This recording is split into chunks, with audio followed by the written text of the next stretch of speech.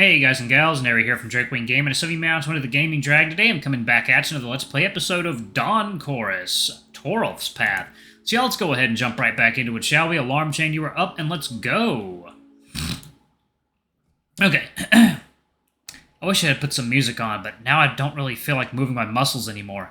Silence will have to do. A quiet backdrop for my thoughts, neutral and unmoderated. And finally, the sleep comes again, a stream of dreams that I rejoin, like walking back into a river that carries me away further through the time.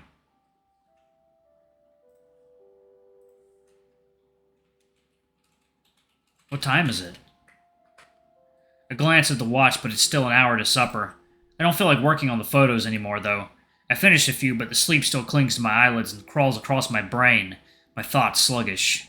I slept for an hour before laughter from the corridor woke me up, and when I decided it's time to get up before the rest of the day disappears. Maybe it's a hangover? I've never had one before. I have no idea how it could feel besides stories I've heard from others. I could try going for a walk before getting back to work, and maybe that would clear my head. But I don't feel like going out into the cold. It's too cozy here. My thoughts once again return to the grim atmosphere of the pub, to Lake and his suddenly serious face when Torulf went to grab us beers. I've never seen him this serious before. It was so out of character for him that the images forever burnt into my head like a second face of him. I should talk with him, now that we're back at the guest house and can speak in private, otherwise it won't stop eating me. I turn off the laptop and grab a pack of stroopwafel I took with me from Anslo. Maybe Lake will want some too. Standing before the door, I hesitate for a moment. Maybe I should write like a message first to announce myself. Lake isn't really a close friend. I don't know if I can barge in and announce like that. He doesn't seem like the type to mind, but still. Before I can make a decision, however, the door opens in full swing, Torulf stepping out of the room. Oh, Carvine! Hello there!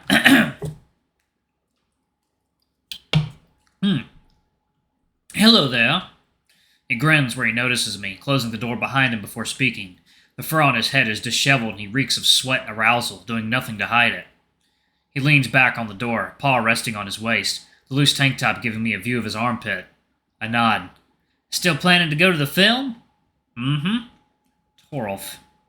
I'll go too. I just need a shower first. See you there, Tiger? He winks to me, and the other eye gleaming in the dull light of the lamps lining the wall. A wave of cold sweat runs down my back. Our eyes lock together. Act normally. See ya. He walks past me into his room, tail swinging behind him, brushing against my paw. My paw clenches into a fist. Did he not notice? I'm burning with envy. Any excitement I felt for the day, all the good emotions I've had in me, all vanished in a moment. I stare at the door in front of me, Lake on the other side.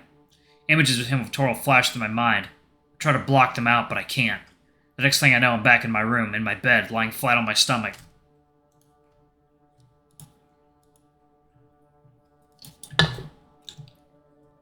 I fell for him so hard. He's given me things I've never felt before. He's been the first person to flirt with me and tell me that he wants me. I know Torulf wasn't mine, but maybe that's why it hurts so much. Because I know that he's out of my reach. I want his attention. I want to be close to him. I yearn for his warmth and the sweet words he was telling me.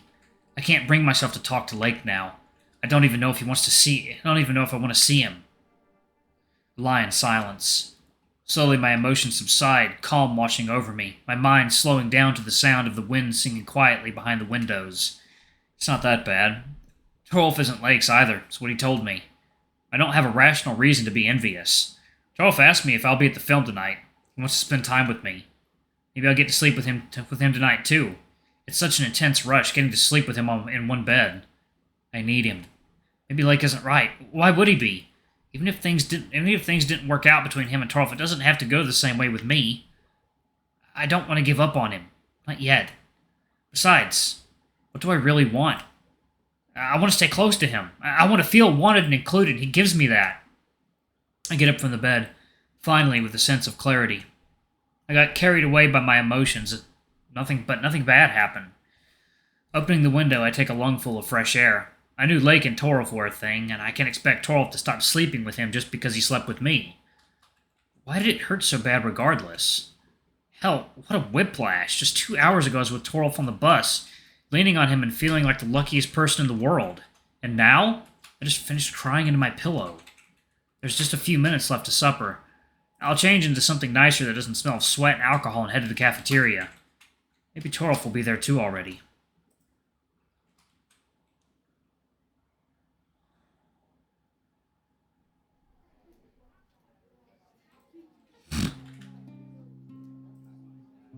All the furniture in the cafeteria got rearranged for the film. The tables are lined up at the walls, our food waiting on one of them. The layers of blankets are layering the floor untidily. Torolf is already here, leaning against the wall opposite to the entrance, looking at his phone. He doesn't seem busy though. More like he's bored. Hey. Oh, if it isn't my favorite tiger. I cannot but blush and freeze instantly. No coherent reply forming in my brain, until Torolf extends his paw and pets me, rough paw pads brushing through my hair. It's the reassurance I needed. It calms me instantly, like a spell. Just got here? Yeah, did you eat already? Nope, I thought I'd wait for you two. There you go. 2. My heart sinks a bit. Still, I'm glad to just be here with him. Lake isn't here yet? No, but yeah, I bet he'll come soon. It's supper after all. I haven't seen him say no to food yet. He's a glutton if I ever seen one. How he's staying so slim is a mystery to me. And if they're on a similar budget as I am, then I'm not surprised. An immigrant student's diet could slim down anyone. Oh, speaking of the devil, here he is. Hello. Hey there. Hungry? Oh, you have no idea. See? What? Nothing, don't worry. Let's go grab some food. Man, I love the food here, I say, wiping crumbs from my chin, then stuffing myself with more cake. What kind of cake is it? I think it's cashew cream and blueberries on a crumbly base. Either way, it's so nice. Yeah, the cake we had on yesterday was the cake we had on Wednesday was the best, though. I don't know. I don't remember what we had 2 days ago. The pace in which my life is changing while we're here is almost vertigo-inducing. That's not to say I don't like it. On the contrary, I think I needed it. Something to get me out of my room and among the people. By the way, do you know what film we're watching today? No idea. It didn't say in the itinerary. I bet it'll be the same comedy or action film. Something easily digestible to go along with the food. Oh, I think it's starting. Indeed, the coach turns off the lights, leaving only one lamp at the back of the room, and turns on the projector, the beam of light directed at the wall. We're sitting on the blankets already, closer to the back of the room, so we only have to turn towards the wall to see the film.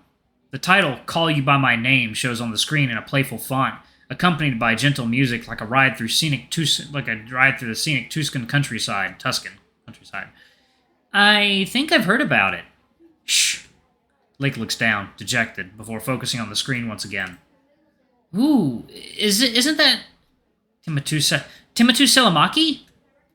Shh. Torolf pulls us both closer, each to his one side, cuddled together like penguins in winter. But it's not the three of us. It's me and Torolf, and it's Lake and Torulf, and something within me rebels against this state of things. I still hope to have him for myself later today, but for now this has to do. I silence that part, leaning back on the tiger, my head on his shoulder again. A place I dreamed to call my own. Second now, water time.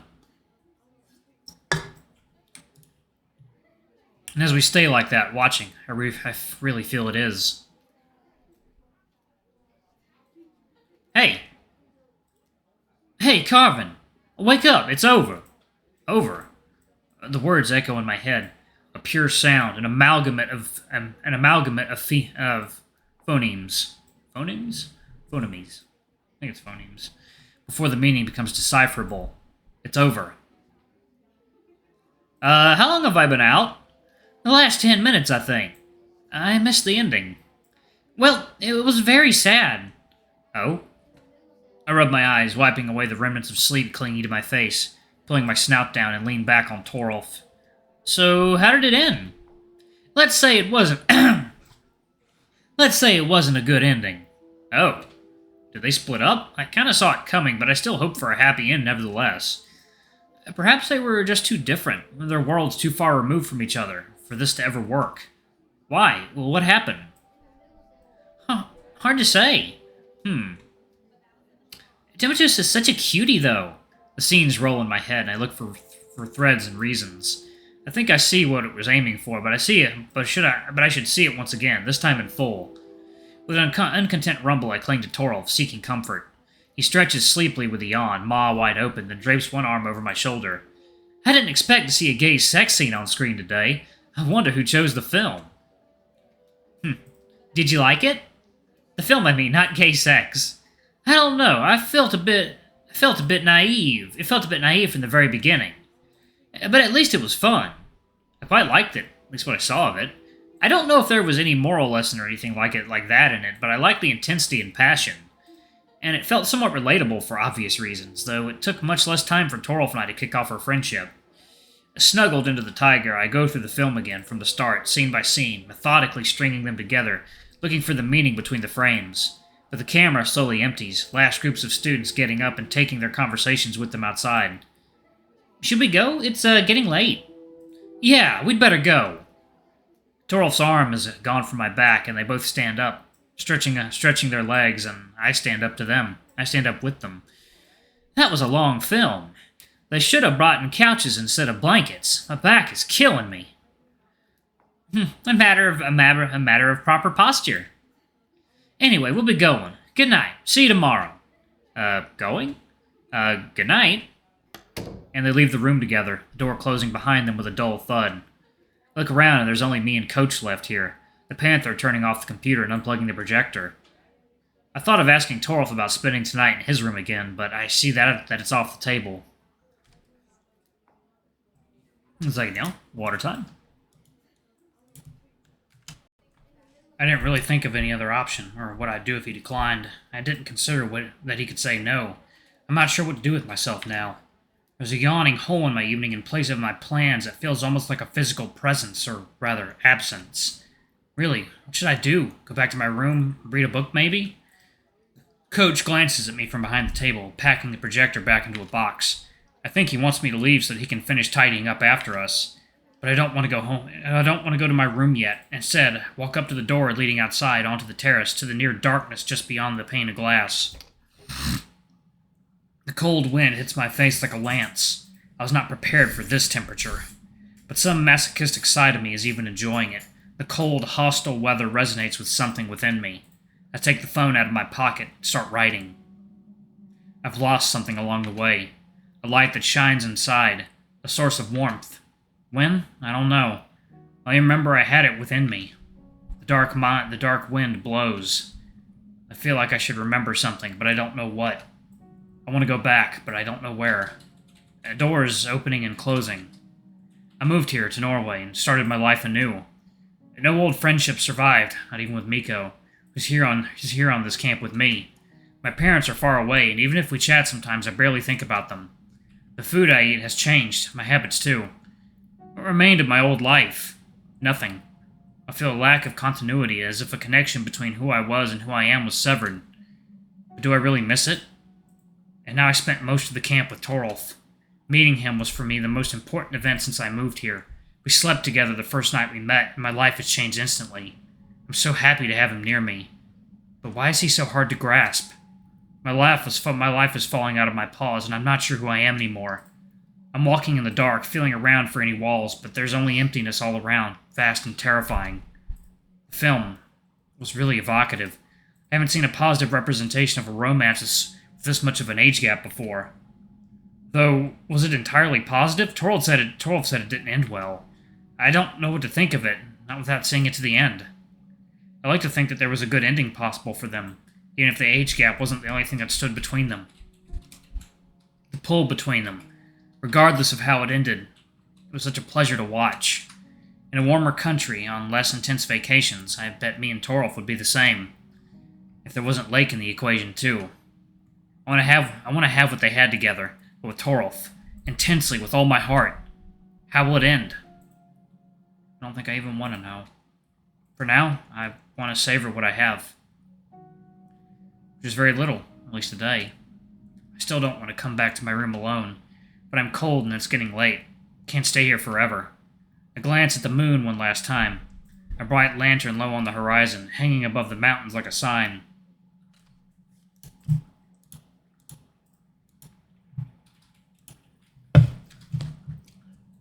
I wish I knew what to do. I feel lost and alone. What do I even do with my life? What do I want? I thought I had some idea, but now I only feel lost and aimless. The mattress feels less comfortable today somehow. I toss and turn, but I can't find any comfortable position. Was there anything I could have done better? Maybe I'm not good enough for Torulf. I don't have anything interesting to say. I never traveled much. I don't know this area, and I don't know what he could even find interesting about me. I'm just a freshman with a camera that dreams big but has nothing to show for it. What do I have to offer for someone like him? I grab the pillow and press my face to it. Enough with this self-deprecation. This won't get me anywhere. I feel stupid, cheated a bit. I know Torulf never promised me anything besides being friends with benefits, but I'm starting to doubt if we're even friends. I close my eyes, but I'm not sleepy yet. Yesterday evening comes back to me. The first time I fucked someone. It felt so different from what I expected. So feral. I get a hard-on immediately when I think about it. Half the time in the town, I was walking around with a boner in my trousers, happy that I had a long jacket on.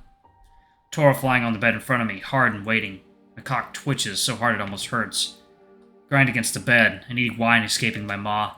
Fuck, I'm horny. There's no way I could fall asleep like this. I turn onto my back and throw the duvet to the side, watching the outline of my rock-hard cock throbbing in my underwear. I pull the fabric back and... Yeah... I don't know if I can read this. I wish I had something of his I could sniff. His scent is driving me crazy. Just thinking of it is enough to cloud my brain with lust. My left paw closes a ring up. Okay. No place I'd rather be right now than Torulf's bed again. My snout pressed against his chest, paw playing with his meat long and hard. When I saw him leaving Lake's room, under all my shame and envy, there was a thought that I could have sneaked there earlier, put my ear to the door and listened to them fuck. Or even open the door and peek inside. I'd like to know so much what they were doing together. And when he leaned on Lake's door, all reeking of sex and sweat, I wish I could have stuck my snout straight into his armpit and stay like that, inhaling him.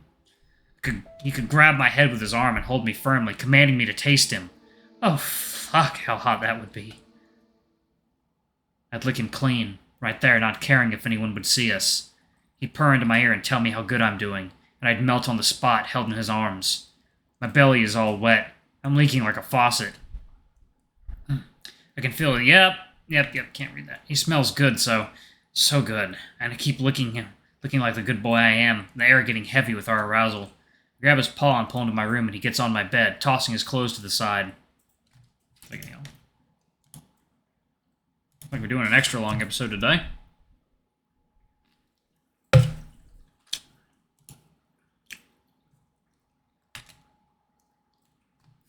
Come on, be a good boy and make me feel good.